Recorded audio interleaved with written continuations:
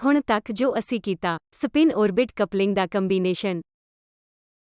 ਪਰ ਅਸੀਂ ਦੋ ਪਾਰਟੀਕਲ ਨੂੰ ਰੈਸਟ ਤੇ ਲੈ ਕੇ ਕੋਸ਼ਿਸ਼ ਕਰ ਸਕਦੇ ਹਾਂ। ਇਸ ਦਾ ਅਰਥ ਹੈ ਕਿ ਔਰਬਿਟਲ ਮੋਮੈਂਟਮ 0 ਹੈ। ਅਸੀਂ ਦੋ ਸਪਿਨ ਅੱਧੇ ਇਲੈਕਟ੍ਰੌਨ ਲੈ ਸਕਦੇ ਹਾਂ ਅਤੇ ਉਹਨਾਂ ਨੂੰ ਜੋੜ ਸਕਦੇ ਹਾਂ। ਅਸੀਂ ਇਹ ਕਰ ਸਕਦੇ ਹਾਂ, ਉਹੀ ਵਿਧੀ ਜੋ ਮੈਂ ਪਹਿਲਾਂ ਸਲਾਈਡ ਵਿੱਚ ਦੱਸੀ ਸੀ। ਸੋਧ ਕੀ ਹੈ? ਸਿਰਫ ਸੋਧ ਇਹ ਹੈ ਕਿ ਇੱਕ ਸਿੱਧੀ ਪ੍ਰੋਡਕਟ ਸਪੈਸ਼ ਪਹਿਲੇ ਪਾਰਟੀਕਲ ਦੇ ਸਮੇਂ ਦੀ ਸਪਿਨ ਸਪੈਸ਼ ਹੋਵੇਗੀ। ਦੂਜੇ ਪਾਰਟੀਕਲ ਲਈ ਸਪਿਨ ਸਪੈਸ਼ ਸਹੀ ਹੈ। ਤੁਸੀਂ ਉਸ ਫੈਸ਼ਨ ਵਿੱਚ ਦੇਖ ਸਕਦੇ ਹੋ। ਇਸ ਲਈ ਤੁਸੀਂ ਦੋ ਸਪਿਨ ਹਾਫ ਨੂੰ ਰੈਸਟ ਤੇ ਲੈ ਸਕਦੇ ਹੋ, ਜਿਸ ਦਾ ਮਤਲਬ ਹੈ ਕਿ ਪਹਿਲੇ ਪਾਰਟੀਕਲ ਲਈ L 0 ਹੈ। L2 ਦੂਜੇ ਪਾਰਟੀਕਲ ਲਈ 0 ਹੈ। ਮੈਨੂੰ ਇਸ ਬਾਰੇ ਚਿੰਤਾ ਕਰਨ ਦੀ ਜ਼ਰੂਰਤ ਨਹੀਂ ਹੈ ਕਿ ਜੇਕਰ ਕੋਈ ਚੀਜ਼ 0 ਸਪਿਨ ਹੈ ਤਾਂ ਇਹ ਇਸ ਤਰ੍ਹਾਂ ਹੈ ਜਿਵੇਂ ਕਿ ਇਹ ਬਹੁਤ ਜ਼ਿਆਦਾ ਭੂਮਿਕਾ ਨਹੀਂ ਨਿਭਾਉਂਦੀ ਹੈ। ਕਿਸੇ ਵੀ ਚੀਜ਼ ਵਿੱਚ 0 ਜੋੜਨ ਨਾਲ ਐਂਗੂਲਰ ਮੋਮੈਂਟਮ ਜੋੜਨ ਨਾਲ ਕੁਝ ਨਹੀਂ ਹੁੰਦਾ। ਇਸ ਲਈ ਅਸੀਂ ਹੁਣ ਅਜਿਹੇ ਪਾਰਟੀਕਲ ਲਈ ਸਪੈਸ਼ ਨੂੰ ਸਪਿਨ ਸਪੈਸ਼ ਦੇ ਤੌਰ ਤੇ ਲੈਣ ਦੀ ਕੋਸ਼ਿਸ਼ ਕਰ ਸਕਦੇ ਹਾਂ। ਤੁਸੀਂ ਇਸ ਨੂੰ S1 S1 S2 MS2 ਦੀ ਸਿੱਧੀ ਪ੍ਰੋਡਕਟ ਸਪੈਸ਼ ਦੇ ਰੂਪ ਵਿੱਚ ਲਿਖ ਸਕਦੇ ਹੋ। ਮੈਂ ਔਰਬਿਟਲ ਕੁਆਂਟਮ ਨੰਬਰ ਨੂੰ ਇਹ ਮੰਨਦੇ ਹੋਏ ਦਬਾ ਦਿੱਤਾ ਹੈ ਕਿ ਇਹ ਰੈਸਟ ਵਿੱਚ ਹੈ। ਸਰਲੀਕਰਨ ਲਈ ਹੈ, ਸਪੈਸ਼ ਨੂੰ ਕੀ ਕਿਹਾ ਜਾਂਦਾ ਹੈ? ਇਸ ਨੂੰ ਅਨਕਪਲ ਕਿਹਾ ਜਾਂਦਾ ਹੈ। ਇਹ ਹੋ ਸਕਦੀ ਹੈ ਜਿਸ ਨੂੰ ਅਸੀਂ ਅਨਕਪਲਡ ਬੇਸਿਸ ਕਹਿੰਦੇ ਹਾਂ।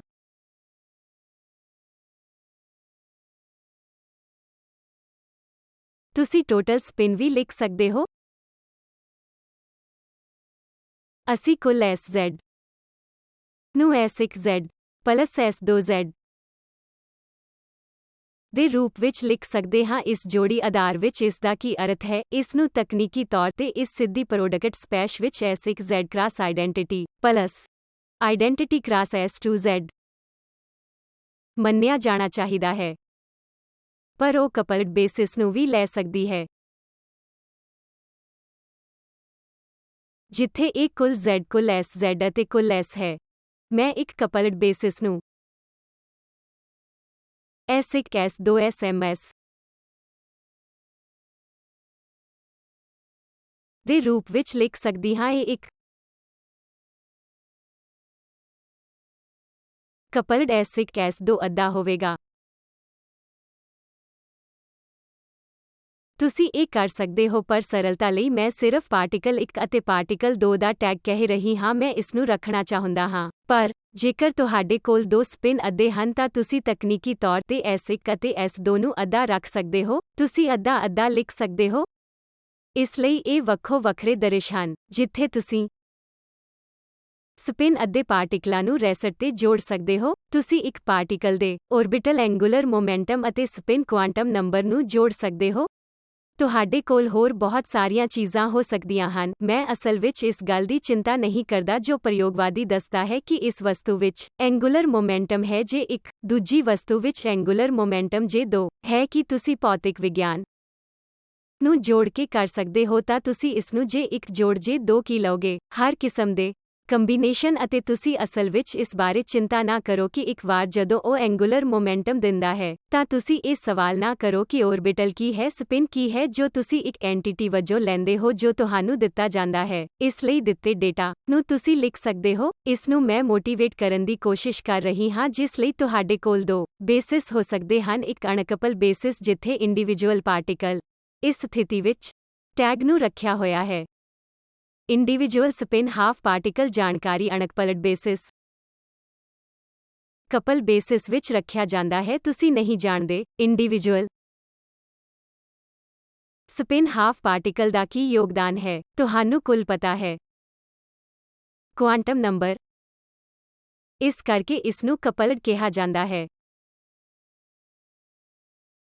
ਇਸ ਕਰਕੇ ਦੁਬਾਰਾ 2 ਕਪਲਡ ਇਕੁਇਵੈਲੈਂਟ ਸਪੈਸ਼ ਤੁਸੀਂ ਉਸ ਤਰ੍ਹਾਂ ਲਿਖ ਸਕਦੇ ਹੋ ਜਿਵੇਂ ਉਸਨੇ ਕਿਹਾ ਸੀ। ਤੁਸੀਂ S1 ਅਤੇ S2 ਨੂੰ ਅੱਧਾ ਲਿਖ ਸਕਦੇ ਹੋ। ਮੇਰੇ ਦੁਆਰਾ ਇੱਥੇ ਰੱਖੇ ਗਏ 1 ਅਤੇ 2 ਪਾਰਟੀਕਲ ਦੇ ਟੈਗ ਦਾ ਟਰੈਕ ਰੱਖਣ ਲਈ। ਇਸ ਲਈ ਹੁਣ ਮੈਂ ਕੋਸ਼ਿਸ਼ ਕਰਦਾ ਹਾਂ ਅਤੇ ਤੁਹਾਨੂੰ ਉਸ ਫਾਰਮਲ ਵਿੱਚ ਲੈ ਜਾਂਦਾ ਹਾਂ ਜੋ ਐਂਗੂਲਰ ਮੋਮੈਂਟਮ ਦੇ ਨਾਲ 2 ਪਾਰਟੀਕਲ ਦਿੰਦਾ ਹੈ। ਮੇਰਾ ਸਵਾਲ ਇਹ ਨਹੀਂ ਹੈ ਕਿ ਇਸ ਐਂਗੂਲਰ ਮੋਮੈਂਟਮ ਦਾ ਕੰਪੋਜੀਸ਼ਨ ਕੀ ਹੈ। ਪ੍ਰਯੋਗਵਾਦੀ ਮੈਨੂੰ ਦੱਸਦਾ ਹੈ ਕਿ ਇਸ ਪਾਰਟੀਕਲ ਵਿੱਚ ਕੁਆਂਟਮ ਨੰਬਰ ਹੈ ਅਤੇ ਦੂਜੇ ਪਾਰਟੀਕਲ ਵਿੱਚ ਕੁਆਂਟਮ ਨੰਬਰ J ਹੈ। ਇਹ ਔਰਬਿਟਲ ਅਤੇ ਸਪਿਨ ਨਾਲ ਕਿਵੇਂ ਬਣਿਆ ਹੈ ਜੋ ਉਸਨੇ ਮੈਨੂੰ ਨਹੀਂ ਦਿੱਤਾ। ਮੈਨੂੰ ਕੋਈ ਚਿੰਤਾ ਨਹੀਂ। ਸਿਰਫ ਇੱਕ ਚੀਜ਼ ਜੋ ਤੁਸੀਂ ਜਾਣਦੇ ਹੋ ਉਹ ਇਹ 2 ਪਾਰਟੀਕਲ ਐਂਗੂਲਰ ਮੋਮੈਂਟਮ ਆਪਰੇਟਰ ਹਨ।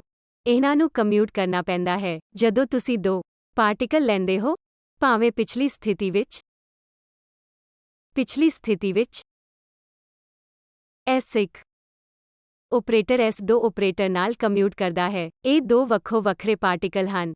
ਜਦੋਂ ਅਸੀਂ J1 ਲੈਂਦੇ ਹਾਂ ਤਾਂ I J2 ਨਾਲ ਕੰਮਿਊਟ ਕਰਦਾ ਹੈ ਜਦੋਂ J ਪਾਰਟੀਕਲ 1 ਲਈ ਹੁੰਦਾ ਹੈ ਅਤੇ J2 ਪਾਰਟੀਕਲ 2 ਲਈ ਹੁੰਦਾ ਹੈ। ਅਤੇ ਕੋਈ ਵੀ ਖਾਸ ਕੰਪੋਨੈਂਟ I ਕੰਪੋਨੈਂਟ ਅਤੇ J ਕੰਪੋਨੈਂਟ ਲੈਂਦੇ ਹਾਂ ਜੋ ਉਹ ਕੰਬੀਨੇਸ਼ਨ ਹੈ ਜਿਸ ਦਾ ਕਮਿਊਟੇਟਰ ਹਮੇਸ਼ਾ 0 ਹੁੰਦਾ ਹੈ। ਇਹ ਕਹਿਣ ਤੋਂ ਭਾਵ ਇਹ ਹੈ ਕਿ ਇਹ 2 ਪਾਰਟੀਕਲ ਐਂਗੂਲਰ ਮੋਮੈਂਟਮ ਆਪਰੇਟਰ ਉਹ ਹਨ ਜੋ ਕੰਮਿਊਟ ਕਰਦੇ ਹਨ। ਇਸ ਲਈ ਬੇਸਿਕ ਸਟੇਟ ਨੂੰ ਅਨਕਪਲ ਕਰਦੇ ਹਾਂ।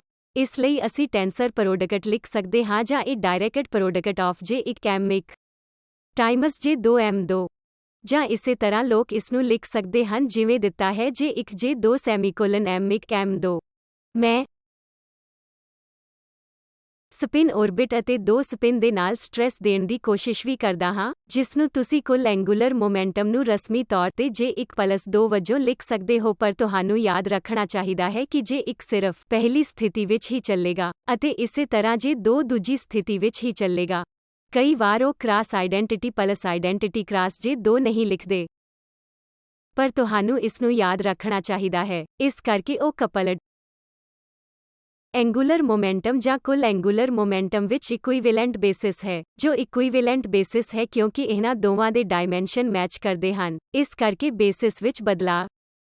ਤੁਸੀਂ ਇਸ ਨੂੰ ਕਿਵੇਂ ਕਰਦੇ ਹੋ? ਮੈਂ ਤੁਹਾਨੂੰ ਇੱਕ ਤਰ੍ਹਾਂ ਦਾ ਸੰਕੇਤ ਦਿੱਤਾ ਸੀ। ਇੱਕ ਡਾਇਮੈਂਸ਼ਨ ਦੇ ਤੌਰ ਤੇ ਬਰਾਬਰ ਹੋਣਾ ਚਾਹੀਦਾ ਹੈ। ਤੁਸੀਂ ਜਾਣਦੇ ਹੋ ਕਿ ਇੱਥੇ ਡਾਇਮੈਂਸ਼ਨ 2J1+1 ਗੁਣਾ 2J2+1 ਹੈ ਅਤੇ ਇਸ ਸਥਿਤੀ ਵਿੱਚ J ਮਿਨੀਮਮ ਤੋਂ J ਮੈਕਸਿਮਮ ਤੱਕ ਜਾਵੇਗਾ ਅਤੇ 2J+1 ਦਾ ਜੋੜ ਕਰਨਾ ਪਵੇਗਾ ਅਤੇ ਇਸ ਨੂੰ ਜੁੜਨ ਤੇ ਇਹ ਬਣਨਾ ਚਾਹੀਦਾ ਹੈ। ਸਮਝ ਆ ਗਿਆ? J ਦੀ ਰੇਂਜ ਕਿੰਨੀ ਹੋਵੇਗੀ? ਮੈਂ ਤੁਹਾਨੂੰ ਇਸ J ਨੂੰ ਇਸ J ਦੇ ਰੂਪ ਵਿੱਚ ਨਹੀਂ ਦੱਸਾਂਗਾ ਪਰ ਤੁਹਾਨੂੰ ਇੱਥੇ ਤੱਕ ਲੈ ਕੇ ਆਵਾਂਗਾ। ਪਰ ਇੱਥੇ ਕੌਨਸਟ੍ਰੇਟ ਹਨ। ਕੌਨਸਟ੍ਰੇਟ ਦੋਵੇਂ ਅਨਕਪਲਡ ਬੇਸਿਸ ਦੀ ਡਾਇਮੈਂਸ਼ਨੈਲਿਟੀ ਹੈ ਅਤੇ ਕਪਲਡ ਬੇਸਿਸ ਬਰਾਬਰ ਹੋਣੇ ਚਾਹੀਦੇ ਹਨ। ਮੈਟ੍ਰਿਕਸ ਜੋ ਉਹਨਾਂ ਨੂੰ ਰਿਲੇਟ ਕਰਦਾ ਹੈ ਉਹ ਮਸ਼ਹੂਰ ਕਲੈਬਸ਼-ਗੋਰਡਨ ਮੈਟ੍ਰਿਕਸ ਹੈ। ਇਸ ਨੂੰ CG ਕੋਐਫੀਸ਼ੀਐਂਟ ਮੈਟ੍ਰਿਕਸ ਜਾਂ ਕਲੈਬਸ਼-ਗੋਰਡਨ ਮੈਟ੍ਰਿਕਸ ਕਿਹਾ ਜਾਂਦਾ ਹੈ। ਅਤੇ ਦਿਲਚਸਪ ਗੱਲ ਇਹ ਹੈ ਕਿ ਤੁਸੀਂ ਇੱਕ ਆਈਡੈਂਟਿਟੀ ਆਪਰੇਟਰ ਇਨਸਰਟ ਕਰ ਸਕਦੇ ਹੋ। ਕੀ ਇਹ ਸਹੀ ਹੈ? ਇੱਥੇ ਇੱਕ ਗਲਤੀ ਹੈ। ਤੁਸੀਂ ਆਈਡੈਂਟਿਟੀ ਆਪਰੇਟਰ ਲਿਖ ਸਕਦੇ ਹੋ। ਇੱਥੇ ਇਹ ਹੋਣਾ ਚਾਹੀਦਾ ਹੈ। ਇਹ ਕਿਟ ਹੋਣਾ ਚਾਹੀਦਾ ਹੈ। ਇਹ ਟਾਈਪੋ ਗਲਤੀ ਹੈ। ਕਿਰਪਾ ਕਰਕੇ ਇਸ ਨੂੰ ਸਹੀ ਕਰੋ। ਇਹ KT ਹੋਣਾ ਚਾਹੀਦਾ ਹੈ। ਇਸ ਲਈ ਤੁਸੀਂ ਇੱਥੇ ਆਊਟਰ ਪ੍ਰੋਡਕਟ ਲਿਖ ਸਕਦੇ ਹੋ ਅਤੇ ਇਸ ਦਾ ਸਮ ਅਪ ਕਰ ਸਕਦੇ ਹੋ ਤਾਂ ਕਿ ਇਹ ਮੈਟ੍ਰਿਕਸ ਐਲੀਮੈਂਟ ਇਹ ਇਨਰ ਪ੍ਰੋਡਕਟ ਜੋ ਤੁਹਾਡੇ ਕੋਲ ਹੈ ਇਸ ਕਲੈਬਸ਼-ਗੋਰਡਨ ਮੈਟ੍ਰਿਕਸ ਦਾ ਮੈਟ੍ਰਿਕਸ ਐਲੀਮੈਂਟ ਹੈ। ਇਸ ਕਰਕੇ ਮੈਂ ਇਸ ਨੂੰ ਸ਼ੀਟ ਤੇ ਦੁਬਾਰਾ ਕਰਦਾ ਹਾਂ ਕਿਉਂਕਿ ਇਹ ਬਹੁਤ ਜ਼ਰੂਰੀ ਹੈ। ਇਸ ਲਈ ਮੈਂ ਚਾਹੁੰਦਾ ਹਾਂ ਤੁਸੀਂ ਵੀ ਕਰੋ। ਇਸ ਲਈ ਤੁਹਾਡੇ ਕੋਲ J1 J2 JM ਹੋਵੇਗਾ। ਇਸ ਨੂੰ ਅਸੀਂ ਕਪਲਡ ਬੇਸਿਸ ਕਹਿੰਦੇ ਹਾਂ। ਮੈਂ ਕਪਲਡ ਬੇਸਿਸ ਨੂੰ ਵਕਰ ਲਾਈਨ ਵਿੱਚ ਰੱਖਣ ਦੀ ਤਰਜੀਹ ਦਿੰਦਾ ਹਾਂ। ਆਮ ਤੌਰ ਤੇ ਅਸੀਂ ਇਸ ਨੂੰ ਐਂਗੂਲਰ ਬ੍ਰੈਕਟ ਵਿੱਚ ਰੱਖਦੇ ਹਾਂ। ਬਸ ਯਾਦ ਰੱਖੋ ਕਿ ਇਹ ਵਕਰ ਹੋਵੇ। ਇਹ ਕਪਲਡ ਬੇਸਿਸ ਹੈ। ਮੈਂ ਵਕਰ ਲਾਈਨ ਲਗਾ ਕੇ ਬਸ ਇਸ ਨੂੰ ਟੈਗ ਵਿੱਚ ਰੱਖਣਾ ਪਸੰਦ ਕਰਦਾ ਹਾਂ ਉਸ ਤਰ੍ਹਾਂ ਨਹੀਂ ਜਿਵੇਂ ਕਿਤਾਬਾਂ ਵਿੱਚ ਲਿਖਿਆ ਜਾਂਦਾ ਹੈ ਪਰ ਸਿਰਫ ਆਪਣੇ ਲਈ ਅਸੀਂ ਇਸ ਨੂੰ ਰੱਖ ਦੇਵਾਂਗੇ। ਇੱਥੇ ਮੈਂ ਆਈਡੈਂਟਿਟੀ ਆਪਰੇਟਰ ਇਨਸਰਟ ਕਰਾਂਗੇ ਅਤੇ ਇਸ ਨੂੰ J1 J2 JM ਲਿਖਾਂਗੇ ਅਤੇ ਇਹ ਆਈਡੈਂਟਿਟੀ ਆਪਰੇਟਰ ਅਨਕਪਲਡ ਬੇਸਿਸ ਵਿੱਚ ਹੈ ਜੋ M1 M2 ਮਾਫ਼ ਕਰਨਾ, m1 m2 ਹੋਵੇਗਾ।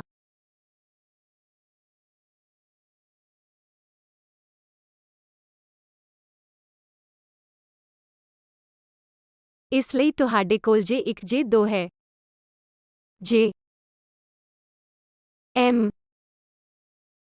M1 M2 ਦੇ ਉੱਪਰ ਸਮੇਸ਼ਨ ਹੋਣਗੇ।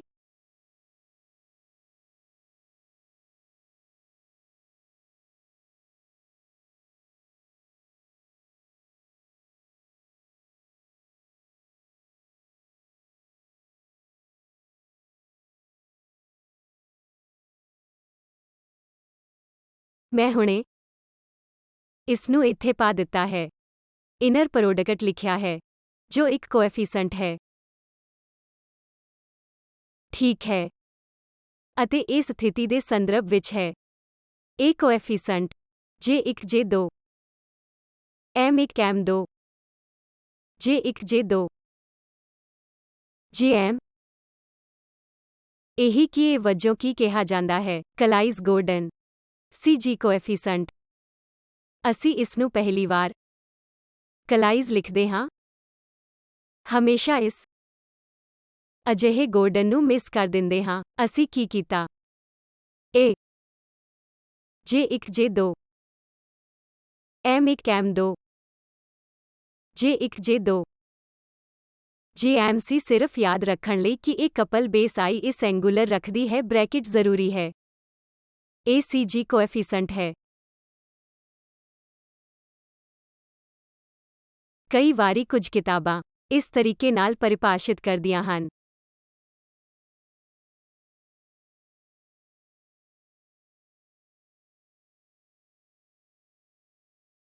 ਕਈ ਵਾਰ ਉਹ ਇਸ ਨੂੰ A ਵਿੰਗਰ 3J ਸਿੰਬਲ ਵਜੋਂ ਕਹਿੰਦੇ ਹਨ। ਇਹ ਸਿਰਫ ਯਾਦ ਰੱਖਣ ਲਈ ਹੈ ਕਿ magnetic quantum number M1 M2 ਨਾਲ ਸੰਬੰਧਿਤ ਤੁਸੀਂ J1 ਅਤੇ J2 ਨੂੰ ਕੰਬਾਈਨ ਕਰ ਰਹੇ ਹੋ। ਕੰਬਾਈਨ ਕੀਤਾ J1 ਅਤੇ J2 ਕੁਲ J ਹੈ, ਜੋ ਕਿ J1 ਸਧਾਰਨ ਸਕੇਲਰ ਐਡੀਸ਼ਨ ਨਹੀਂ ਹੈ, ਜਿਹਦੀ ਇੱਕ ਰੇਂਜ ਹੋਣਾ ਇਸ ਵਿੱਚ ਆਵੇਗਾ। ਅਤੇ ਤੁਹਾਡੇ ਕੋਲ ਇਸ ਨਾਲ ਸੰਬੰਧਿਤ ਇੱਕ ਅਨੁਸਾਰੀ ਮੈਗਨੈਟਿਕ ਕੁਆਂਟਮ ਨੰਬਰ ਹੈ। ਇਹ ਇੱਕ ਵੱਖਰੀ ਨੋਟੇਸ਼ਨ ਹੈ, ਜਿਸ ਵਿੱਚ ਕਈ ਵਾਰੀ CG ਕੋਐਫੀਸ਼ੀਐਂਟ ਮੈਟ੍ਰਿਕਸਾਂ ਨੂੰ ਇਸ ਨੋਟੇਸ਼ਨ ਵਿੱਚ ਲਿਖਿਆ ਜਾਂਦਾ ਹੈ। ਦੋਵੇਂ ਕੋਐਫੀਸ਼ੀਐਂਟ ਹਨ। ਇਹ ਕਪਲਡ ਸਟੇਟ ਅਨਕਪਲਡਲ ਬੇਸਿਸ ਸਟੇਟ ਵਾਲੀ ਕਪਲਡ ਬੇਸਿਸ ਸਟੇਟ ਹੈ, ਜੋ ਕਿ ਮੈਟ੍ਰਿਕਸ ਐਲੀਮੈਂਟ ਹੈ। ਤੁਸੀਂ CG ਮੈਟ੍ਰਿਕ ਦੇ ਕੀ ਕੋਐਫੀਸ਼ੀਐਂਟ ਕੱਢੋਗੇ? ਇਹ ਐਲੀਮੈਂਟਾਂ ਵਿੱਚੋਂ ਇੱਕ ਹੈ। ਇਸ ਲਈ ਇਹ ਵੱਖ-ਵੱਖ Jm ਅਤੇ ਵੱਖ-ਵੱਖ M1 ਅਤੇ M2 ਸਾਰੀਆਂ ਸੰਭਾਵਨਾਵਾਂ ਤੇ ਨਿਰਭਰ ਕਰਦਾ ਹੈ। ਸਾਡਾ ਉਦੇਸ਼ ਰੈਸਟ ਤੇ ਸਪਿਨ ਹਾਫ ਪਾਰਟੀਕਲਾਂ ਲਈ ਕੰਮ ਕਰਨਾ ਹੈ। ਇਹ ਕੋਐਫੀਸ਼ੀਐਂਟ ਕਿਹੜੇ ਹਨ? ਇਸ ਤਰ੍ਹਾਂ ਇੱਕ ਐਲੀਮੈਂਟ ਦਾ ਔਰਬਿਟਲ ਐਂਗੂਲਰ ਮੋਮੈਂਟਮ ਨੂੰ ਇੱਕ ਸਪਿਨ ਹਾਫ ਪਾਰਟੀਕਲ ਦਿੰਦਾ ਹੈ। ਆਓ ਪਤਾ ਕਰੀਏ ਕਿ CG ਕੋਐਫੀਸ਼ੀਐਂਟ ਕੀ ਹੈ। ਇਹੀ ਕਾਰਨ ਹੈ ਕਿ ਸਾਨੂੰ CG ਕੋਐਫੀਸ਼ੀਐਂਟ ਦੀ ਲੋੜ ਹੈ। ਜੇਕਰ ਤੁਹਾਨੂੰ CG ਕੋਐਫੀਸ਼ੀਐਂਟ ਪਤਾ ਹੈ, ਤੁਸੀਂ CG ਕੋਐਫੀਸ਼ੀਐਂਟ ਦੀ ਵਰਤੋਂ ਕਰਕੇ ਕਪਲਡ ਬੇਸਿਸ ਅਤੇ ਅਨਕਪਲਡ ਬੇਸਿਸ ਦੇ ਵਿਚਕਾਰ ਅੱਗੇ ਅਤੇ ਪਿੱਛੇ ਜਾ ਸਕਦੇ ਹੋ। ਕੁਝ ਸਥਿਤੀਆਂ ਵਿੱਚ ਕਪਲ ਬੇਸਿਸ ਇੱਕ ਸੁਵਿਧਾਜਨਕ ਬੇਸ ਹੋਵੇਗਾ। ਕੁਝ ਸਥਿਤੀਆਂ ਵਿੱਚ ਅਨਕਪਲਡ ਬੇਸ ਦੇ ਨਾਲ ਕੰਮ ਕਰਨਾ ਠੀਕ ਰਹੇਗਾ। ਪਰ ਜੇਕਰ ਤੁਸੀਂ ਅੱਗੇ ਅਤੇ ਪਿੱਛੇ ਜਾਣਾ ਚਾਹੁੰਦੇ ਹੋ, ਜੇਕਰ ਤੁਸੀਂ ਜਾਣਦੇ ਹੋ ਕਿ CG ਕੋਐਫੀਸ਼ੀਐਂਟ ਕੀ ਹੈ, ਤਾਂ ਤੁਸੀਂ CG ਕੋਐਫੀਸ਼ੀਐਂਟਾਂ ਦੀ ਗਣਨਾ ਕਰਨਾ ਜਾਣਦੇ ਹੋ। ਇਹੀ ਮੁੱਖ ਗੱਲ ਹੋ ਜੋ ਤੁਸੀਂ ਗਣਨਾਤਮਕ ਚੀਜ਼ਾਂ ਜਾਣਦੇ ਹੋ ਜੋ ਅਸੀਂ ਕਰਨ ਜਾ ਰਹੇ ਹਾਂ। ਇਸ ਲਈ ਇਸ ਐਂਗੂਲਰ ਬ੍ਰੈਕਿਟ ਨੂੰ ਉੱਥੇ ਰੱਖਿਆ ਜਾਣਾ ਚਾਹੀਦਾ ਹੈ ਅਤੇ ਮੈਟ੍ਰਿਕਸ ਐਲੀਮੈਂਟਾਂ ਨੂੰ CG ਕੋਐਫੀਸ਼ੀਐਂਟ ਕਿਹਾ ਜਾਂਦਾ ਹੈ ਅਤੇ ਉਹੀ ਬ੍ਰੈਕਿਟ ਮੈਂ ਇੱਥੇ ਰੱਖਿਆ ਗਿਆ ਹੈ। ਪਰ ਤੁਸੀਂ ਕੋਸ਼ਿਸ਼ ਕਰ ਸਕਦੇ ਹੋ ਅਤੇ ਸਿਰਫ ਕਪਲ ਬੇਸਾਂ ਵਜੋਂ ਯਾਦ ਰੱਖਣ ਵਾਸਤੇ ਤੁਸੀਂ ਇਸ ਬ੍ਰੈਕਿਟ ਨੂੰ ਥੋੜਾ ਧੁੰਦਲਾ ਕਰ ਸਕਦੇ ਹੋ। ਅਸੀਂ ਇਸ ਨੂੰ ਕਿਵੇਂ ਸਾਬਿਤ ਕਰ ਸਕਦੇ ਹਾਂ? ਅਸੀਂ ਕਿਵੇਂ ਸਾਬਿਤ ਕਰ ਸਕਦੇ ਹਾਂ ਕਿ CG ਕੋਐਫੀਸ਼ੀਐਂਟ ਸਿਰਫ ਉਦੋਂ ਨਾਨ-ਜ਼ੀਰੋ ਹੈ ਜਦੋਂ ਇਹ ਕੁੱਲ n m1 ਅਤੇ m2 ਦੇ ਸਮ ਲਈ ਰਿਸਟ੍ਰਿਕਟਡ ਹੈ। ਅਸੀਂ ਇਸ ਨੂੰ ਕਿਵੇਂ ਸਾਬਿਤ ਕਰਦੇ ਹਾਂ? ਇਹ ਬਹੁਤ ਆਸਾਨ ਹੈ। ਕੁੱਲ z ਆਪਰੇਟਰ z-j1 z-j2z। ਇਹ ਕੀ ਹੈ? z ਬਰਾਬਰ ਹੈ j1 z plus j2z। ਇਸ ਲਈ j1 z-2z 0 ਆਪਰੇਟਰ ਨਲ ਆਪਰੇਟਰ ਹੈ। z ਕਿਸ ਬੇਸ ਤੇ ਕੰਮ ਕਰਨਾ ਪਸੰਦ ਕਰੇਗਾ? z ਕਪਲ ਬੇਸ ਤੇ ਕੰਮ ਕਰਨਾ ਪਸੰਦ ਕਰੇਗਾ। z ਕੁੱਲ j ਹੈ। ਕੁੱਲ j ਦਾ z ਕੰਪੋਨੈਂਟ ਕਪਲਡ ਬੇਸਿਸ ਤੇ ਸੰਚਾਲਿਤ ਕਰਨਾ ਪਸੰਦ ਕਰੇਗਾ, ਜੋ ਤੁਹਾਨੂੰ m ਕਰਾਸ ਦੇਵੇਗਾ। j1 z ਅਨਕਪਲਡ ਬੇਸ ਤੇ ਸੰਚਾਲਿਤ ਹੋਵੇਗਾ। ਮੈਂ ਤੁਹਾਨੂੰ m1 ਕਰਾਸ ਦੇਵਾਂਗਾ। j2 z ਤੁਹਾਨੂੰ m2 ਕਰਾਸ ਦੇਵੇਗਾ। ਇਸ ਲਈ m-m1 m2 0 ਹੋਣਾ ਚਾਹੀਦਾ ਹੈ ਕਿਉਂਕਿ ਇਹ ਨਲ ਆਪਰੇਟਰ ਹੈ। ਇਸ ਸਥਿਤੀ ਨਾਲ ਕਈ CG ਕੋਐਫੀਸ਼ੀਐਂਟ 0 ਵਜੋਂ 0 ਹੋ ਜਾਣਗੇ, ਅਤੇ ਇਸ ਬਾਰੇ ਵਿੱਚ ਚੰਗੀ ਗੱਲ ਇਹ ਹੈ ਕਿ ਇਹਨਾਂ ਐਕਸਪੈਰੀਮੈਂਟਾਂ ਵਿੱਚੋਂ ਕਿਸੇ ਕਿਸਮ ਦੀ ਚੋਣ ਨਿਯਮ ਨੂੰ ਵੀ ਠੀਕ ਕਰਦੀ ਹੈ। ਜਦੋਂ ਉਹ ਮੈਗਨੇਟ ਕੁਆਂਟਮ ਨੰਬਰ m1 ਅਤੇ m2 ਦੇ ਨਾਲ ਪਰਸਪਰ ਕਿਰਿਆ ਕਰਨ ਵਾਲੇ ਦੋ ਪਾਰਟੀਕਲਾਂ ਦੀ ਕੰਬਾਈਨਿੰਗ ਦੀ ਚੋਣ ਦਾ ਨਿਯਮ ਲੈਂਦੇ ਹਨ, ਤਾਂ ਉਹਨਾਂ ਨੂੰ ਇਹ ਯਕੀਨੀ ਕਰਨਾ ਹੁੰਦਾ ਹੈ ਕਿ ਇਸ ਤਰ੍ਹਾਂ ਦੀ ਗੱਲਬਾਤ ਇਸ ਸ਼ਰਤ ਨੂੰ m ਬਰਾਬਰ m1 ਪਲਸ m2 ਨੂੰ ਹੱਲ ਕਰੇ। ਲੈਬ ਵਿੱਚ ਕਈ ਪ੍ਰਕਿਰਿਆਵਾਂ ਜੋ ਤੁਹਾਨੂੰ ਇੱਕ ਚੋਣ ਨਿਯਮ ਦਿੰਦੀਆਂ ਹਨ, ਉਹ ਸਾਰੀਆਂ ਇਸ ਸਿੰਪਲ ਆਪਰੇਟਰ ਨਿਯਮ ਦੁਆਰਾ ਨਿਰਧਾਰਿਤ ਕੀਤੀ ਜਾਂਦੀ ਹੈ, ਜੋ ਅਸੀਂ ਆਪਣੀ ਐਂਗੂਲਰ ਮੋਮੈਂਟਮ ਨੂੰ ਬੀਜਗਣਿਤ ਵਿੱਚ ਵੇਖਦੇ ਹਾਂ। ਕਪਲਡ ਬੇਸ ਸੰਚਾਲਨ ਅਤੇ ਅਣਕਪਲਡ ਬੇਸ ਆਪਰੇਟਰ ਦੇ ਵਿਚਕਾਰ 0 ਦਾ ਅੰਤਰ ਹੋਣਾ ਚਾਹੀਦਾ ਹੈ, ਜੋ ਇਸ ਕੰਡੀਸ਼ਨ ਨੂੰ ਮਜਬੂਰ ਕਰਦਾ ਹੈ। ਤਾਂ ਅਸੀਂ ਇੱਥੇ ਕੀ ਵੇਖਿਆ? ਅਸੀਂ ਵੇਖਿਆ ਕਿ z ਜਿਸ ਨੂੰ ਤੁਸੀਂ ਲਿਖ ਸਕਦੇ ਹੋ ਉਹ ਹੈ j1 z cross identity plus identity cross j2 z। ਜੇਕਰ ਤੁਸੀਂ j1 z ਲੈਂਦੇ ਹੋ ਤਾਂ ਔਪਚਾਰਿਕ ਤੌਰ ਤੇ ਲੋਕ ਇਸ ਨੂੰ ਨਹੀਂ ਲਿਖਦੇ ਹਨ, ਪਰ ਜੇਕਰ ਤੁਸੀਂ ਚਾਹੋ ਤਾਂ ਇਸ ਨੂੰ ਘੱਟ ਤੋਂ ਘੱਟ ਪਹਿਲੀ ਵਾਰ ਪਾ ਸਕਦੇ ਹੋ ਅਤੇ minus identity cross j2 z ਜੋ 0 ਹੈ ਅਤੇ ਤੁਸੀਂ ਇਸ ਨੂੰ ਕਪਲਡ ਬੇਸਿਸ ਅਤੇ ਅਨਕਪਲਡ ਬੇਸਿਸ ਦੇ ਵਿਚਕਾਰ ਲੈਂਦੇ ਹੋ, ਤਾਂ ਇਹ ਅਣਕਪਲ ਹੈ ਅਤੇ ਇਸ ਨੂੰ ਕਪਲਡ ਬੇਸਿਸ ਵਜੋਂ ਲਓ। ਅਣਕਪਲਡ ਬੇਸਿਸ ਇਹ ਹੈ ਅਤੇ ਕਪਲ ਬੇਸਿਸ ਇਹ ਹੈ। ਜੇਕਰ ਤੁਸੀਂ ਅਜਿਹਾ ਚਾਹੁੰਦੇ ਹੋ ਤਾਂ z ਤੁਹਾਨੂੰ m ਕਰਾਸ ਦੇਵੇਗਾ। ਜੇਕਰ ਤੁਸੀਂ ਨਹੀਂ ਚਾਹੁੰਦੇ ਕਿ ਤੁਹਾਡਾ ਕੋਐਫੀਸ਼ੀਐਂਟ 0 ਹੋਵੇ, ਜੋ ਤੁਹਾਨੂੰ ਇੱਕ ਰਿਸਟ੍ਰਿਕਸ਼ਨ ਬਾਰੇ ਦੱਸਦਾ ਹੈ ਕਿ ਇਹ ਕੋਐਫੀਸ਼ੀਐਂਟ ਨਾਨ-ਜ਼ੀਰੋ ਹੈ। ਜੇਕਰ m1 ਪਲਸ m2 m ਹੈ, ਤਾਂ ਇਹ ਔਰਬਿਟ ਹੋ ਸਕਦੀ ਹੈ। ਅਸੀਂ ਇਸ ਤੋਂ ਹੋਰ ਕੀ ਪ੍ਰਾਪਤ ਕਰ ਸਕਦੇ ਹਾਂ? ਕਪਲਡ ਬੇਸਿਸ ਆਪਰੇਟਰ ਦੇ ਵਿਚਕਾਰ ਇਸ ਤਰ੍ਹਾਂ ਦਾ ਇੱਕ ਸਿੰਪਲ ਆਪਰੇਟਰ। ਇਹ ਅਨਕਪਲਡ ਬੇਸਿਸ ਆਪਰੇਟਰ ਇਹ ਹੈ। ਫਿਰ ਸਾਨੂੰ ਕੁਝ ਹੋਰ ਜਾਣਕਾਰੀ ਮਿਲਦੀ ਹੈ। ਜੇ ਪਲਸ ਮਾਈਨਸ ਅਸੀਂ ਉਹ ਵੀ ਕਰ ਸਕਦੇ ਹਾਂ। ਤੁਸੀਂ ਜਿੱਥੇ ਜੇ ਪਲਸ ਪਾ ਸਕਦੇ ਹੋ ਅਤੇ ਇਸ ਨੂੰ j1 plus cross identity cross j2 plus ਵਜੋਂ ਲਿਖ ਸਕਦੇ ਹਾਂ। ਤੁਸੀਂ ਇਹ ਕਰ ਸਕਦੇ ਹੋ। ਤੁਸੀਂ ਵੇਖਣਾ ਸ਼ੁਰੂ ਕਰ ਸਕਦੇ ਹੋ ਕਿ ਕੋਈ ਕਿਸਮ ਦੀ ਰਿਸਟ੍ਰਿਕਸ਼ਨ ਹੈ ਜੋ ਅਸੀਂ ਪ੍ਰਾਪਤ ਕਰ ਸਕਦੇ ਹਾਂ। ਤਾਂ ਇਹ ਸਧਾਰਨ ਰਿਸਟ੍ਰਿਕਸ਼ਨ ਹੈ ਜੋ ਮੈਨੂੰ ਇੱਥੇ ਮਿਲੀ ਹੈ। ਕੁੱਲ ਮੈਗਨੇਟਿਕ ਕੁਆਂਟਮ ਨੰਬਰ ਦੀ ਅਧਿਕਤਮ ਵੈਲਿਊ ਕੀ ਹੈ? j ਮੈਕਸਿਮਮ ਹੈ। m1 ਹੋਣਾ ਚਾਹੀਦਾ ਹੈ। j1 m2 ਹੋਣਾ ਚਾਹੀਦਾ ਹੈ। j2 m ਮੈਕਸਿਮਮ ਹੈ। j1 plus j2। ਜੇਕਰ m maximum j1 plus j2 ਹੈ ਤਾਂ ਅਨੁਸਾਰੀ ਕੁੱਲ j ਮੈਕਸਿਮਮ ਕੀ ਹੈ? ਜੇ m ਮੈਂ ਲਿਖਦਾ ਹਾਂ। ਜੇਕਰ m maximum j1 plus j2 ਹੈ ਤਾਂ j ਘੱਟ ਤੋਂ ਘੱਟ j1 ਪਲਸ j2 ਹੋਣਾ ਚਾਹੀਦਾ ਹੈ, ਅਤੇ ਜੇਕਰ ਇਹ ਮੈਕਸਿਮਮ ਹੈ ਤਾਂ ਉਸ ਤੋਂ ਵੱਧ ਨਹੀਂ ਹੋ ਸਕਦੀ ਹੈ, ਜੋ ਇਸ ਲਈ ਮੈਕਸਿਮਮ ਵੈਲਿਊ ਹੋਵੇਗੀ। ਤਾਂ ਇਸ ਸਮੇਸ਼ਨ ਨੂੰ ਜੋ ਮੈਂ j ਮੈਕਸ ਲਈ ਕੀਤਾ ਸੀ j-min, ਮੈਂ ਕੋਸ਼ਿਸ਼ ਕਰ ਸਕਦੀ ਹਾਂ। ਇਸ ਲਈ ਮੈਂ ਲਿਖਾਂਗਾ ਕਿ m ਨੂੰ ਹੋਣਾ ਚਾਹੀਦਾ ਹੈ m1 plus m2। m1 Max ਹੈ j1, m2 ਮੈਕਸ j2 ਹੈ। ਇਸ ਲਈ ਤੁਹਾਡਾ m Max j1 plus j2 ਦੇ ਬਰਾਬਰ ਹੈ। ਇਸ ਤੋਂ ਭਾਵ ਹੈ ਕਿ j ਮੈਕਸ ਨੂੰ j1 ਪਲਸ 2 ਹੋਣਾ ਚਾਹੀਦਾ ਹੈ ਕਿਉਂਕਿ ਇਹ ਸਾਈਡ ਕਪਲਡ ਬੇਸਿਸ ਹੈ। ਇਹ ਸਾਈਡ ਅਨਕਪਲਡ ਬੇਸਿਸ ਹੈ ਅਤੇ ਜਿੱਥੋਂ ਜੇ ਅਤੇ ਐਮ ਵਿੱਚੋਂ ਮੈਂ ਇਹਨਾਂ ਨੂੰ ਪਤਾ ਕਰ ਸਕਦੀ ਹਾਂ ਕੀ ਅਸੀਂ ਇਹ ਨਿਰਧਾਰਿਤ ਕਰ ਸਕਦੇ ਹਾਂ ਕਿ ਜੇ ਮਿਨ ਕੀ ਹੈ ਅਤੇ ਹੁਣ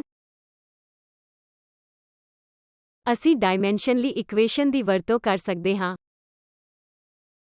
ਸਾਡੇ ਕੋਲ ਇੱਥੇ ਡਾਇਮੈਂਸ਼ਨ 2j1 ਪਲੱਸ 1 ਗੁਣਾ 2j2 ਪਲੱਸ 1 ਸੀ। ਇਹ ਸਾਈਡ ਹੋਵੇਗੀ ਜੇ ਮਿਨ ਤੋਂ ਜੇ ਮੈਕਸ ਤੱਕ 2j1 ਪਲੱਸ 1 ਸਮੇਸ਼ਨ। ਸਰਲ ਕਰਨ ਲਈ ਅਸੀਂ j2 ਨੂੰ j1 ਘੱਟ ਜਾਂ ਇਸ ਦੇ ਬਰਾਬਰ ਮੰਨ ਲੈਂਦੇ ਹਾਂ। ਇੱਕ ਵਾਰ ਜਦੋਂ ਤੁਸੀਂ ਇਹ ਜਾਣ ਜਾਂਦੇ ਹੋ ਤਾਂ ਤੁਸੀਂ ਦੂਜੇ ਤਰੀਕੇ ਨਾਲ ਵੀ ਕਰ ਸਕਦੇ ਹੋ ਅਤੇ ਫਿਰ ਅਸੀਂ ਇਹ ਪਤਾ ਲਾ ਸਕਦੇ ਹਾਂ ਕਿ ਜੇ ਮਿਨ ਕਿੰਨਾ ਹੋਣਾ ਚਾਹੀਦਾ ਹੈ। ਮੈਂ ਇਸ ਨੂੰ ਇੱਕ ਅਭਿਆਸ ਵਜੋਂ ਛੱਡ ਰਹੀ ਹਾਂ। ਬਸ ਇਸ ਸੀਰੀਜ਼ ਨੂੰ ਕਰਕੇ ਜਾਂਚੋ ਤੁਹਾਨੂੰ ਜੇ ਮੈਕਸ ਦਿੱਤਾ ਗਿਆ ਹੈ ਜੇ 1 ਪਲੱਸ 2 ਦਿੱਤਾ ਗਿਆ ਹੈ। ਪਤਾ ਕਰੋ ਕਿ ਜੇ ਮਿਨ ਕੀ ਹੈ। ਮੈਂ ਕੀ ਕਰਾਂਗਾ, ਮੈਨੂੰ ਇੱਥੇ ਰੁਕਣ ਦਿਓ।